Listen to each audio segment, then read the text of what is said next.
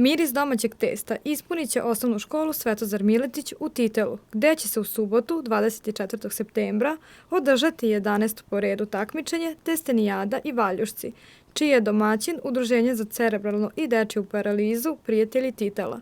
Ovo pokrajinsko takmičenje u pravljenju tradicionalnih vojvođanskih jela organizuje Savez za dečiju i cerebralnu paralizu Vojvodine. Ovo je specifično takmičenje zbog toga što same osobe sa invaliditetom spremaju klasična vojvođanska jela od testa. To je bilo prevashodna ideja.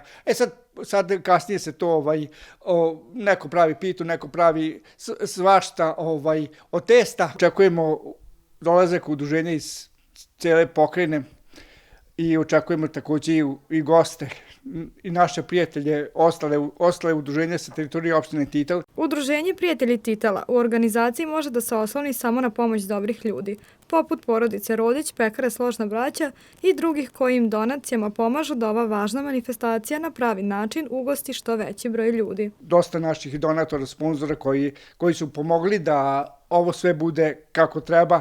Tu pre svega mislim na pekaru Složna braća koji nam 11 godina zaredom stoji iza nas i pomažu nam na svaki način. Mi čak od spomenute pekare Složna braća dobijemo gotovo testo i oni sami onda prave što žele od tog gotovog testa. Znači, poenta cele priče je to da se sami invalidi takmiče, imamo i stručni žiri koji će oceniti to takmičenje, veoma kompetentan i stručni žiri, tako da pobednik prva 3 mesta dobijaju pehare, a ostali učesnici dobijaju zahvalnice.